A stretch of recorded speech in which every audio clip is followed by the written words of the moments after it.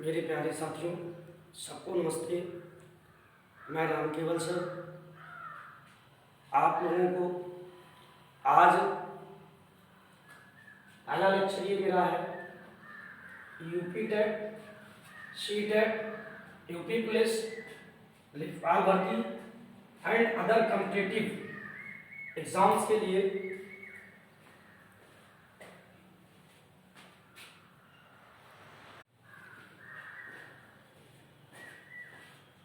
लेखपाल भर्ती and other competitive exams के लिए मैथ पढ़ाने वाला हूँ। सब्जेक्ट मेरा जो है वो है मैथ। आज का सब्जेक्ट जो है लेक्चर फर्स्ट है।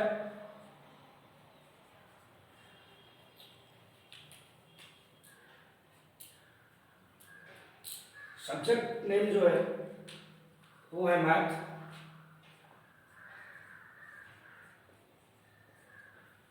मेरे प्यारे साथियों, सबसे पहले तो मैं आपको से ये कहना चाहूँगा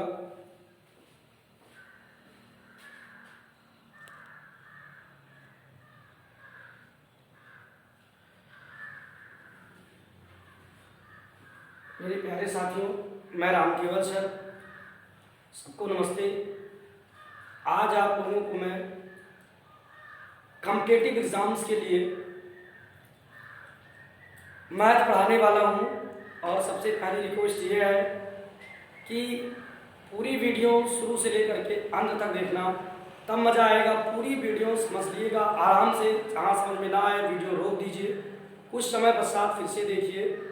उसमें क्या क्या सम्मिलित है, सबसे पहले तो मेरे चैनल को लाइक कर लेना, सब्सक्राइब कर देना और कमेंट्स भी करना, वीडियो जैसा लगेगा वैसा। UP TET, C TET, UP police, लेखपाल भर्ती एंड अदर कॉम्पिटिटिव एग्जाम्स के लिए ये मैथ यूजफुल है। इस मैथ को कोई भी लड़का पढ़ सकता है जो मैथ के बारे में थोड़ा बहुत जानता हो। जैसे कक्षा 4, 5, 6, 7, मतलब मैं एकदम बिल्कुल जीरो लेवल से पढ़ाऊंगा। 6, 7, 8, 9, 10, 11, 12 इसके ऊपर किसी भी क्लास के बच्चे हो तो वो पढ़ सकते हैं बड़े आराम से। और इसमें पहला टॉपिक जो मेरा है वो है रेखा, कोण एवं त्रिभुज, लाइन, एंगल एंड ट्रायंगल। चलिए स्टार्ट करते हैं। मेरे प्यारे साथियों, एक चीज और याद रखना कि जितने भी इसमें लेक्चर्स होंगे उन सारे लेक्चरों को, सारे पार्ट्स को देखना, बट सीक्वेंस में देखना। पहला पार्ट पहले, फिर दूसरा पार्ट, फिर तीसरा पार्ट, फिर चौथा पार्ट, क्योंकि ये जो मैं पढ़ाने जा रहा हूँ आज एक ही पार्ट में खत्म नहीं होगा। तो इसीलिए मेरे सीक्वेंस में देखना, क्रम से देखना, आराम से जब भी समय मिले तो देखना, लेकिन पूरा देखना। थोड़ा सा 1 मिनट, आध मिनट देखने से कुछ होने वाला नहीं है, क्योंकि आप एक कॉम्पिटिटिव एग्जाम की तैयारी कर रहे हैं। तो इसीलिए आपको जब समय मिलेगा तब देखिएगा, लेकिन पूरा देखिएगा, आधे में मत छोड़िएगा। चलिए स्टार्ट करते हैं। सबसे पहले रेखा क्या होती है। तो रेखा को पढ़ने से पहले हम लोग ये जानेंगे कि रेखा बनती कैसी है। सबसे पहले एक बिंदु, इस पॉइंट्स को हम क्या कहते हैं, बिंदु कहते हैं। ऐसे बहुत सारे बिंदु खींचे जा सकते हैं। अब अगर इन दोनों बिंदुओं को मिला दिया जाए तो इन दोनों बिंदुओं को मिलाने से क्या बनेगा, एक रेखा बन गया। इसी को हम लोग रेखा कहते हैं, रेखाखंड कहते हैं। इसको हम नामांकन ये भी दे सकते हैं। मतलब क्या निकला कि दो बिंदुओं को मिलाने से क्या बनती है, एक रेखा बनती है। और इस रेखा पर बहुत सारे बिंदु स्थित होते हैं। ये भी ध्यान रखना, क्योंकि बिंदुओं के मेल से कई बहुत सारे बिंदु, इन सारे बिंदुओं को अगर आपस में मिला दिया जाएगा क्या बन जाएगी, एक सीधी रेखा बन जाएगी। सबसे पहली बात तो ये देखना है कि दो बिंदुओं से केवल एक रेखा खींची जा सकती है। हाँ, उस रेखा के बीच में बहुत सारे बिंदु हो सकते हैं, और जो जितने भी सारे बिंदु होंगे वो सब क्या होंगे, एक सीध में होंगे। अगर इस रेखा से बाहर चला गया तो फिर हम उसको, मतलब उससे रेखा नहीं बन सकती। रेखा एक सीधी होती है, एकदम बिल्कुल स्ट्रेट। इस प्रकार से दो बिंदुओं के मिलाने से रेखा बनती है। दो बिंदुओं के मिलाने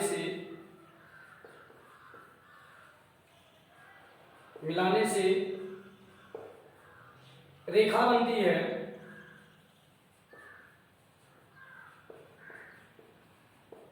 ठीक। चित्र में ये भी रेखा है, ये भी क्या है, रेखाखंड है, ये भी रेखा खंड है।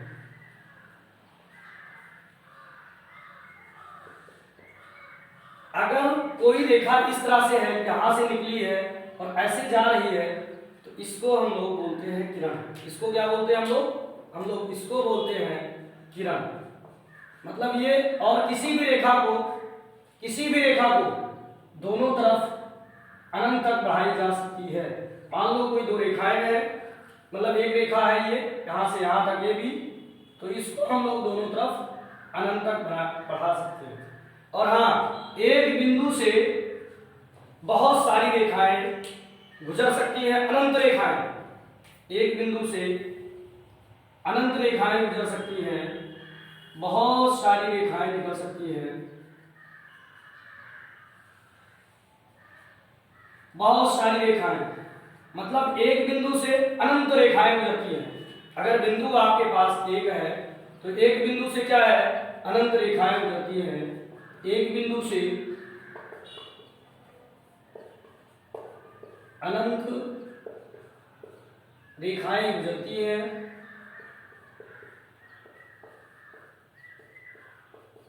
अनंत रेखाएं गुजरती हैं। लेकिन अगर बिंदुओं की संख्या 2 है, तो दो बिंदु से केवल और केवल एक रेखा जा सकती है, केवल और केवल एक रेखा।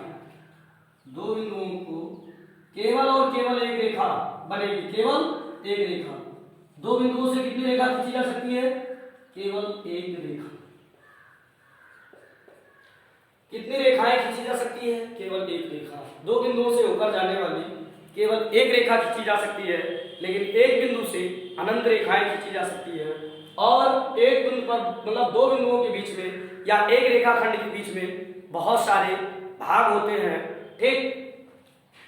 अब ये समझना है एंगल के बारे में थोड़ा सा। ये, इसको हम एक सीधी रेखा कहते हैं, और जब कोण की बात आती है, एंगल की बात आती है, तो इस पर एक तरफ ये 180 का बनता है, 180 अंश का कोण। कितने का बनता है, 180 अंश का कोण बनता है। अगर इस कोण को दो बराबर पार्ट में बांट दिया जाए, मान लो ये रेखा ये भी है, दो बराबर भागों में अगर इस कोण को बांटा गया, तो 90 अंश इधर आ जाएगा, तो 90 अंश इधर हो जाएगा। और जो रेखा हमें मिलेगी किरण, मान लो x है और ये है, तो x ये क्या होगी, x ए भी मान, p क्यू मान लेते हैं, p और q। तो इसको हम लंब कहते हैं। p q क्या है, लंब है, q p लंब ए भी।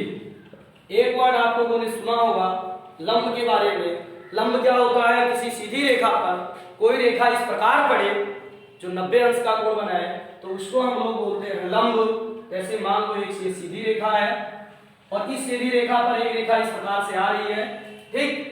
ऐसे इधर भी 90 बन जाए, इधर भी 90 बन जाए, तो उसको हम लोग क्या कहते हैं कि ये वाली रेखा जो है, ये वाली इस पर लंब है, और लंब का प्रतीक जो है,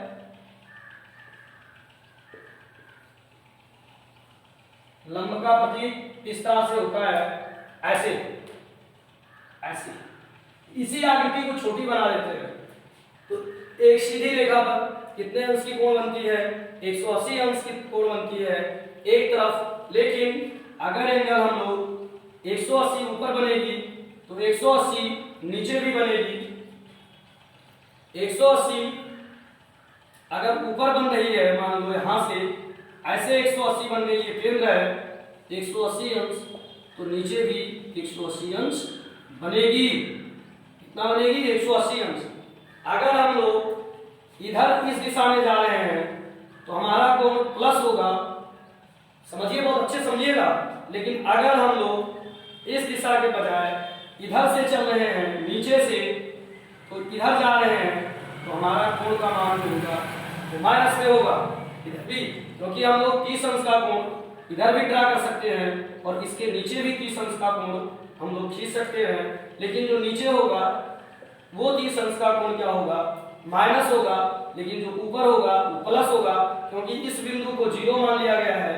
0 से ऊपर जाने पर होगा कि प्लस होगा और 0 से नीचे जाने पर क्या होगा, माइनस होगा। वही संख्या रेखा वाली बात याद कर लो आप लोग। एक संख्या रेखा जो होती है उस पे क्या होता है, अभी हम लोग डिस्कस कर लेते हैं एक संख्या रेखा के बारे में। तो ये क्या है, ऊपर जाएंगे तो ये प्लस होगा और नीचे जाएंगे तो माइनस होगा। यहाँ 0 ले लेते हैं इसका अच्छे से। तो सबसे पहले हम लोग एक बार इसको फिर से समझ लेते हैं, बड़े आराम से समझिएगा कि बिंदु, ये बिंदु होती है और कई बिंदुओं के मिलाने से एक रेखा बनती है, तो सारे इसी में होते हैं। मतलब दो बिंदुओं को अगर मिला दिया जाए तो एक रेखाखंड प्राप्त हो जाता है। रेखाखंड, फिर एक ही रेखाखंड पर बहुत सारे बिंदु होते हैं, रेड वाला लाल वाला देख लीजिए आप लोग, बहुत सारे बिंदु होते हैं। फिर क्या होती है, हम लोगों ने देखा दो बिंदुओं के मिलाने से रेखा बनती है। जैसे ये देखो, हमने बिंदु ये और बिंदु बी, ये ब्लैक वाला था, इसको हमने मिला दिया और मिलाने से हमको क्या मिल गया, एक रेखा मिल गई। उस रेखा पे ये लाल वाले बहुत सारे पॉइंट्स हैं।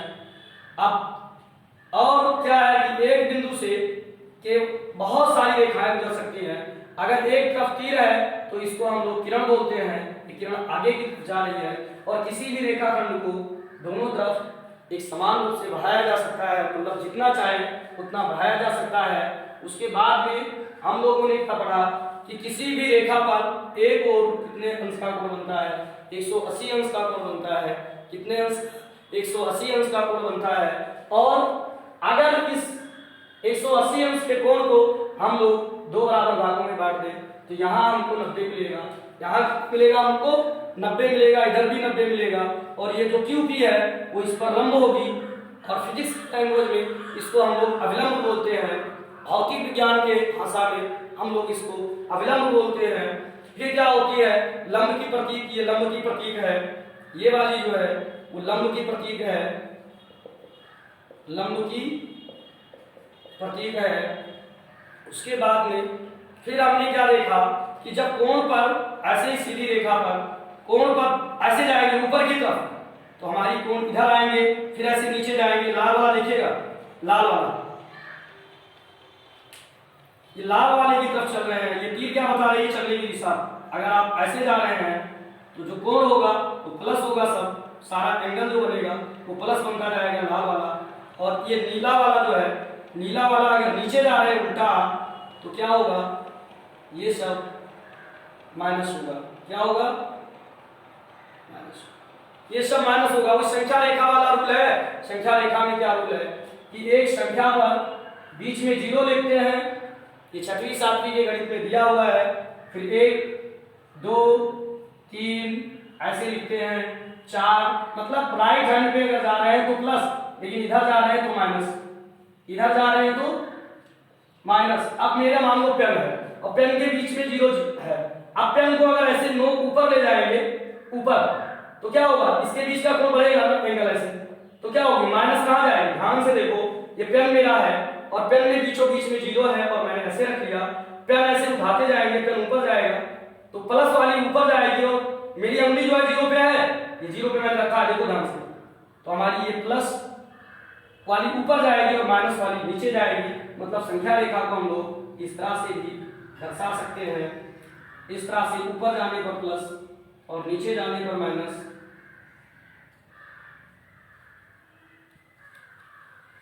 चलिए मेरे साथियों, इसका स्क्रीनशॉट ले लीजिए, फिर उसके बाद में आगे बढ़ते हैं।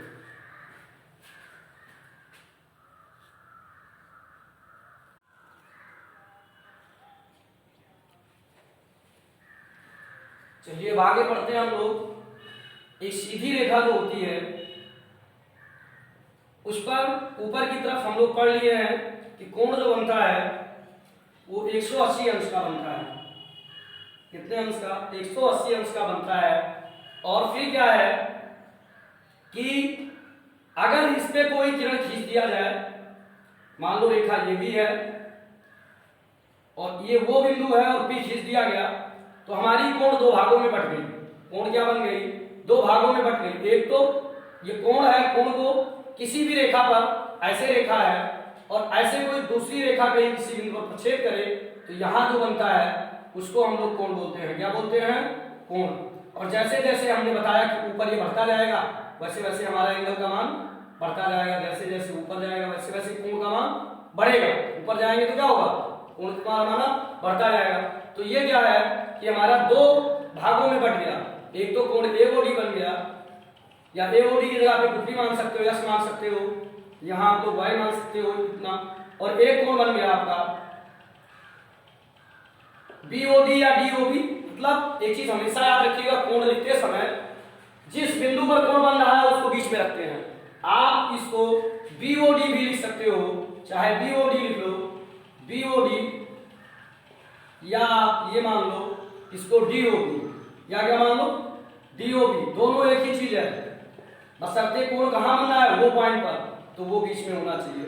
ऐसे एओडी को हम लोग क्या लिख सकते हैं? डीओए, डीओए, तो ऐसे लिख सकते हैं। और इस प्रकार से जब दो कोण होते हैं तो इनको रैखिक कोण कहते हैं, क्योंकि एक सीधी रेखा पर 180 अंश का कोण बनता है। और जब दो कोणों का योग, मान लो कोण x प्लस y है, 180 अंश होता है, तो इन्हें क्या कहा जाता है? क्या कहा जाता है? एक रैखिक युग्म। एक रैखिक युग्म। अगर दो कोणों का योग जो है युग्मित होता है, जोड़ा, युग्मित जोड़ा मतलब दो चीजें, तो एक रैखिक युग्म कहा जाता है।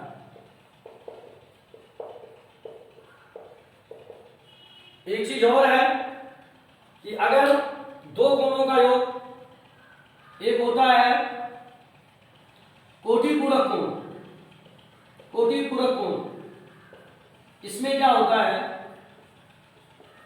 अच्छे से समझेंगे हम लोग। जब दो कोणों को जोड़ा जाए और जोड़ने पर 90 अंश आ जाए तो उनको एक दूसरे का कोटिपूरक कहते हैं। जैसे दो कोणों का योग जब 90 अंश होता है, जब 90 अंश होता है तो इन कोणों को एक दूसरे का कोटिपूरक कहा जाता है।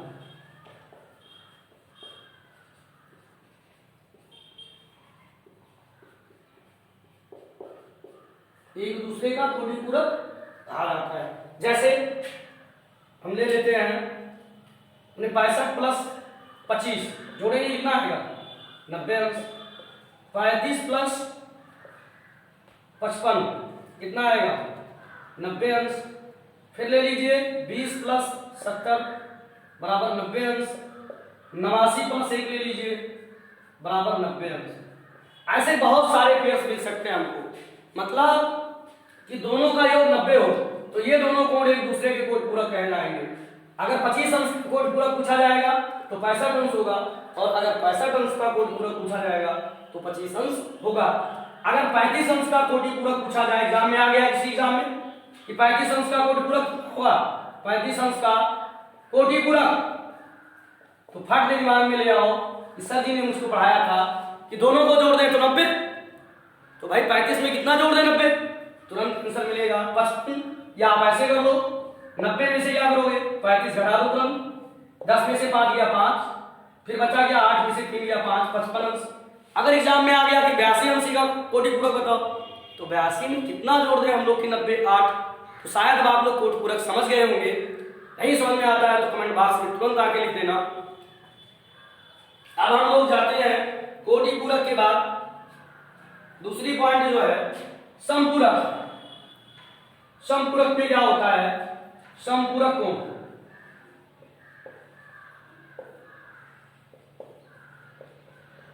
समपूरक कोण में दो कोणों का योग 180 अंश होता है। कितना होता है? जैसे बिल्कुल सेम यही प्रोसेस है, बशर्ते इसमें दो कोणों का योग कितना है? दो कोणों का योग जो है 90 है और उसमें दो कोणों का योग 180 अंश होगा। आपके क्या करेंगे हम, जब दो कोणों का योग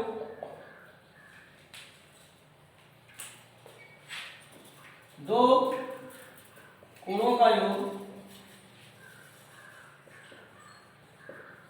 180 अंश होता है, तब वह दोनों कोण एक दूसरे का संपूरक कहलाते हैं, एक दूसरे का संपूरक कहलाते हैं।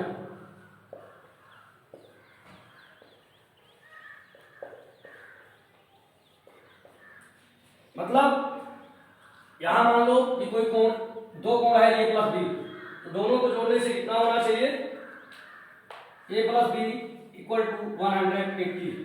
ठीक, अब ये दो में से कोई एक दिया है, संपूरक कैसे याद करेंगे, कोटि पूरक में जो दिया है कि 20 का कोटि पूरक, तो 90 में से घटा दो तुम। लेकिन अगर दिया है कि समपूरक, तब आप 180 में से घटाएंगे। इतना याद रखना, कोटि पूरक और समपूरक। समपूरक का मतलब संपूर्ण पूरा हो जाए, संपूर्ण पूरा का मतलब ये पूरा यहां से यहां, और कोटि पूरक का मतलब आधा। ये अगर इतना कोण बन रहा है लंब के इधर वाला, तो इसको कोटि पूरक कहते हैं। कोटि पूरक का मतलब आधा, और समपूरक का मतलब पूरा। ठीक, इतना समझ गए। एक रेखा पर, एक सीधी रेखा पर 180 अंश की कोण बनती है, तो उसको हम लोग संपूरक बोलते हैं, और उसका आधा कोटि पूरक। अब ऐसे आ गया, ये प्लस बी बराबर 180 होगा। अब किसी ने आपसे मान लो एग्जाम में पूछ लिया कि चलो भैया 75 अंश का संपूरक बताओ, तो संपूरक 75 अंश का संपूरक कोण क्या होगा, जल्दी कमेंट करो, फास्ट कमेंट। तो हम लोग जानते हैं संपूरक ज्ञात करने के लिए क्या होगा, तुरंत घटा लो 180 में 75, जो आंसर आ जाए। वैसे तो आपको ऐसे आंसर पता होगा, काफी पेन उठाने की जरूरत नहीं है। तो 10 में से 5 घटा 5, ये 0। वैसे जानते हैं भैया मेरे 180 में 75 घटा रहे हैं, तो 5 ये बच रहा है, 100 बच रहा है, 105। ऐसे दो संपूरक कोण कहे जाएंगे, 15 है प्लस 162 है, दोनों जोड़ देंगे 180 आ जाएगा। ये दोनों क्या है, एक दूसरे के संपूरक हैं, एक दूसरे के संपूरक।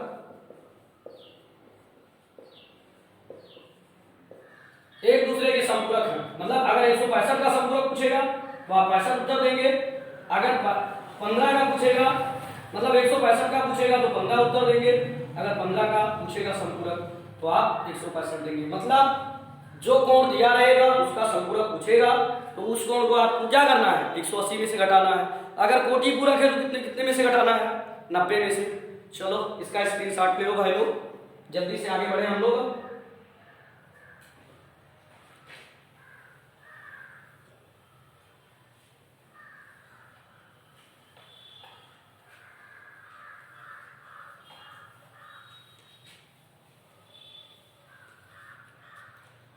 कोण के प्रकार,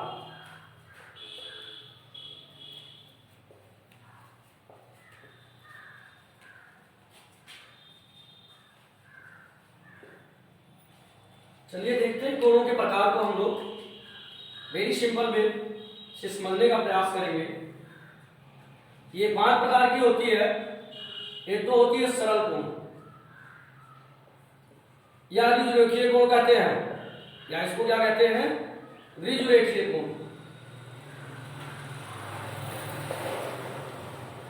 द्विरेखीय का मतलब जो ऐसा कोण जो एक सीधी रेखा को प्रदर्शित करे। तो आप लोगों को बताया जा चुका है कि एक सीधी रेखा पर कितने अंश का कोण बनता है, आप भी अभी बताया गया, पीछे कमेंट करो जल्दी, 180। अगर कोई कोण 180 अंश है तो हम लोग उसे कहेंगे द्विरेखीय या सरल कोण। सरल कोण, सरल का मतलब है सीधी, सरल का मतलब सीधी। उस सरल का मतलब इजी मत समझना आप लोग, इजी मत समझ लेना, इजी नहीं है। सरल का मतलब सीधी रेखा, यहां रेखा से हम लोग पढ़ रहे हैं। दूसरा है न्यून कोण। जो न्यून कोण होता है उसका मान जो है, मान लो यह न्यून है तो इसका मान 0 से अधिक होगा, 0 से अधिक होगा किंतु 90 से कम होगा। इसका मतलब ये होता है इसका मान 0 से तो अधिक है लेकिन 90 से कम, 0 से अधिक 0 व 90 के बीच में लिख ले, सिर्फ 0 व 90 के बीच में जो कोण आता है, ठीक, मतलब 0 से 90 के बीच में जो भी कोण आता है वो क्या कहलाता है, न्यून कोण। 0 से 90 के बीच में कोण जो बनता है न्यून कोण कहलाता है। अब 0 से 90 के बीच में कुछ भी ले लो, 10 अंश, 20 अंश, 30 अंश, 85 अंश, मतलब कुल मिलाकर के 0 से अधिक हो और 90 से कम। फिर है अधिक कोण। अगली पॉइंट हमारी है अधिक कोण।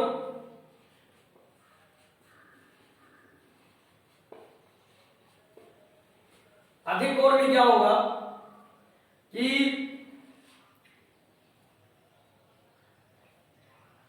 इसका मान 90, मान लो यहां से कोई कोण है, कोण क्या है, x है, कोण हमने क्या लिया, x, और वो 90 से अधिक होगा किंतु 180 से कम होगा। ये इधर चूल्हा लगा है, खुला हुआ मुंह है ना, उधर वाला बड़ा, ये उधर वाला बड़ा, मतलब 90 से अधिक किंतु 180 से कम होगा। 90 से अधिक, अधिक किंतु हम लोग आसान से डिफिकल्ट की ओर जाएंगे। भाई आप एक नंबर स्टेप, जैसे मान लो आपको सीढ़ी पे जाना है, आपको सीढ़ी पे जाना है तो सबसे पहले कदम कहाँ रखेंगे हम लोग, मान लो हम लोग यहाँ रखेंगे, प्रथम स्टेप पे रखेंगे, फिर सेकंड पे, फिर थर्ड पे, फिर फोर्थ पे, फिर फिफ्थ पे, कि डायरेक्ट यहाँ रखोगे नहीं, पॉसिबल नहीं है, नहीं पहुंच सकते। इसीलिए हम लोग बिल्कुल 0 लेवल से पढ़ रहे हैं, धीरे धीरे कठिन की ओर जाएंगे, क्योंकि आसान से कठिन की ओर तो जाया जा सकता है, लेकिन कठिन से आसान की ओर आने में बहुत ज्यादा परेशानियां होंगी। तो इसीलिए ये 0 लेवल से हम लोग पढ़ रहे हैं मैथ। 90 से अधिक किंतु 180 अंश कम अगर है तो हम लोग क्या कहेंगे उसे, ऐसे कोण को क्या कहेंगे, अधिक कोण। फिर आगे बढ़ते हैं, वीडियो लंबा ना हो जाए इसीलिए थोड़ा जल्दी करेंगे। एक होता है बृहद कोण, हाँ इसमें बनता कैसे कोण ये भी देख लें।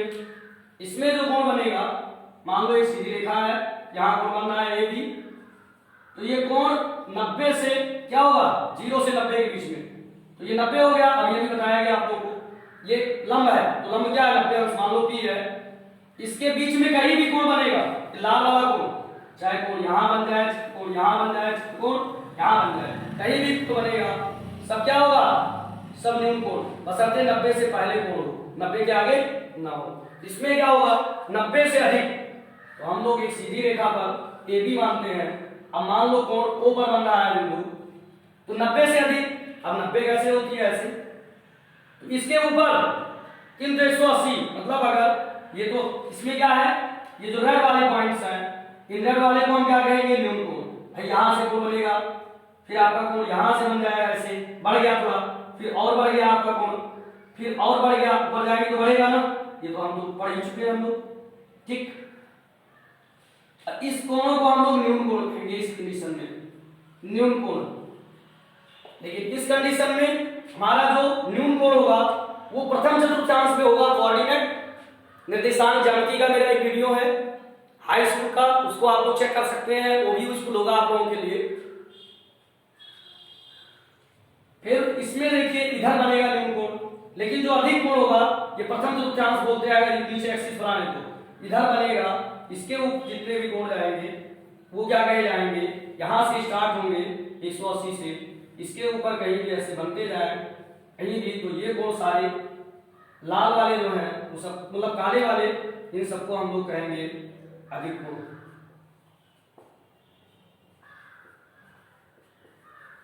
आगे बढ़ते हैं, बृहद कोण, एक ऐसा कोण इसका मान लो यक्ष, कोण का मान क्या है, कोण यक्ष है, कोण क्या है, यक्ष है, तो इसका मान 180 से अधिक किंतु 360 से कम। ये कहां बनेगा, बृहद कोण अगर है तो जारी होगा यहाँ से, मतलब ये भी कोण, इन कोणों को देख लो, ये पहला कोण बन गया, मतलब 90 से ज्यादा होगा, दूसरा कोण, फिर तीसरा कोण, इधर जाएंगे तो बढ़ेगा, नीचे जाएंगे तो घटेगा, फिर चौथा कोण, फिर ऐसे ये पांचवा कोण, फिर ऐसे आगे चले जाएंगे 180 बन जाएगा। ऐसे इसमें क्या होगा, इसमें जो कोण बनेगा वो ऐसे नीचे जाएगा, मतलब नीचे बनेगा, मतलब ये रेखा ये भी है, तो आपका कोण यहां से मान लो बिंदु O पर कोण बन रहा है, तो कोण स्टार्ट होगा यहां से, इसमें बहुत सारे कोण बन गए, ऐसे समझ लो, ऐसे, यूं, यूं, ऐसे, ऐसे, ऐसे, फिर कोण बनना स्टार्ट होगा यहां से, 0 से यहां आया, मतलब 180 से अधिक पहली कोण, दूसरी कोण उससे अधिक, तीसरी कोण उससे अधिक, चौथी कोण उससे अधिक, पांचवी कोण, ऐसे बढ़ाते चले जाएंगे। तो अगर सरल कोण है तो 180 अंश बनेगा, सीधी रेखा बनाएगी। अगर हमारी न्यून कोण है तो वो 90 से कम होगी, मतलब न्यून कोण ऐसे बन सकती है, ऐसे, इसका प्रतीक के लिए लिख सकते हैं हम लोग। जो हमारी अधिक कोण है वो 90 से ऊपर जाएगी, तो वो ऐसे बन सकती है, यूं लिख सकते हैं, इसको अधिक कोण कहेंगे। और अगर 360 बन रही है तो हमारी एंगल जो बनेगी वो इस तरह कुछ बनेगी, कोण कहां बसाएंगे, यहां, इस तरह, ठीक। तो ये आपकी हो गई अधिक कोण, ये आपकी हो गई न्यून कोण, और ये आपकी हो गई बृहद कोण।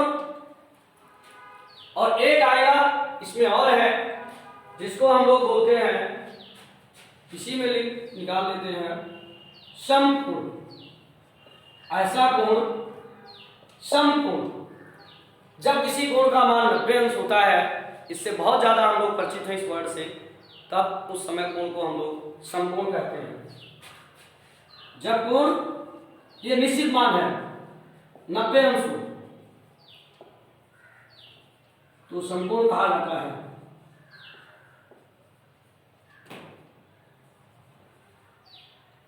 उल्लंब जो लंब होती है उसी को समकोण भी कहते हैं। ये इसमें सीधा ऐसे बनेगा, एकदम इसका ऐसे 90 अंश। मेरे प्यारे साथियों, अगर वीडियो अच्छा लगे तो लाइक सब्सक्राइब जरूर करना, अपने अन्य मित्रों को भी प्रेरित करना देखने के लिए। पहला लेक्चर हम लोग यही कंप्लीट करते हैं, लेक्चर 2 में फिर मिलते हैं।